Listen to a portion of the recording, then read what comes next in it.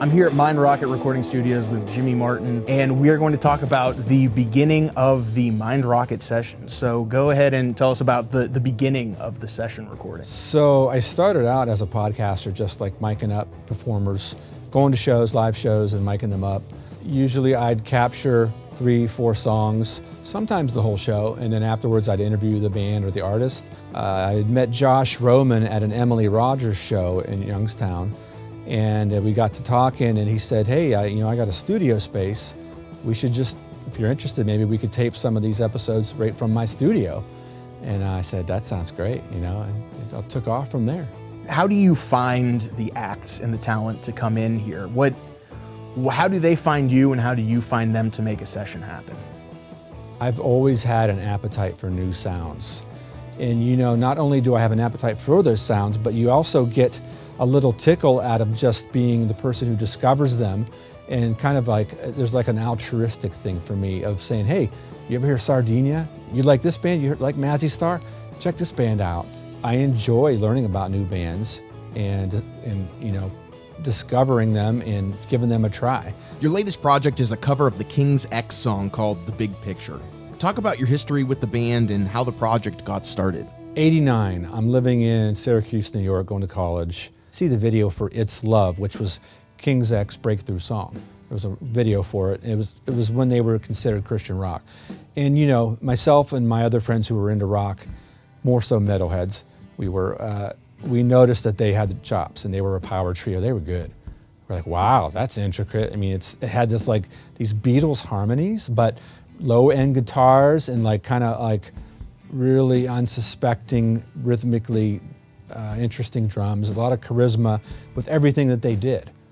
And when you mix a soulful vocalist like Doug Pinnick with metal guitars and very well done drums, it creates this motif, it creates this interesting cocktail of sounds that you're not used to, especially getting at the end of the glam rock era. We're at the cusp of the grunge era. There's that little sweet spot where you had an appetite for new sounds, and I think King's X had that new sound.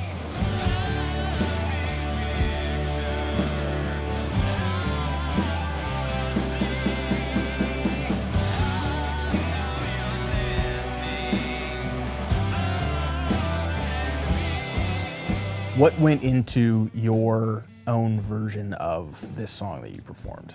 It's barely my own version, or I'll say our own version. There's some other players that I involved in this project. Jon Reider from Coin Monster and Chip Miller.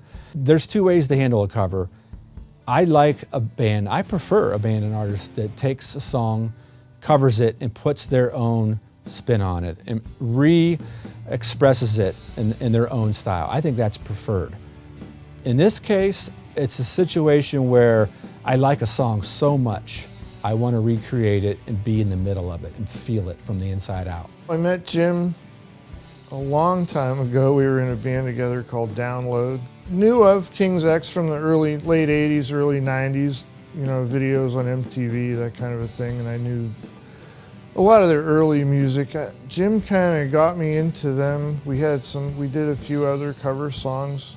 And then seeing them live, I was blown away when it was really three guys that can make that much noise is similar to any big progressive band. I'd have to say Doug Pinnick's bass sound is probably one of the best sounds I've ever heard. I mean, it's really right up there with, the guy from Cheap Trick and the heavy overdriven, really something that hits you.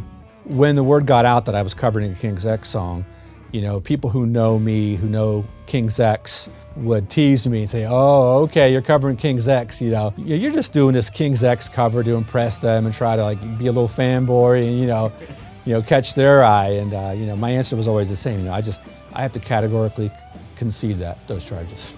Big Picture, it's not Black Flag, it's not Dogman, it's not It's Love.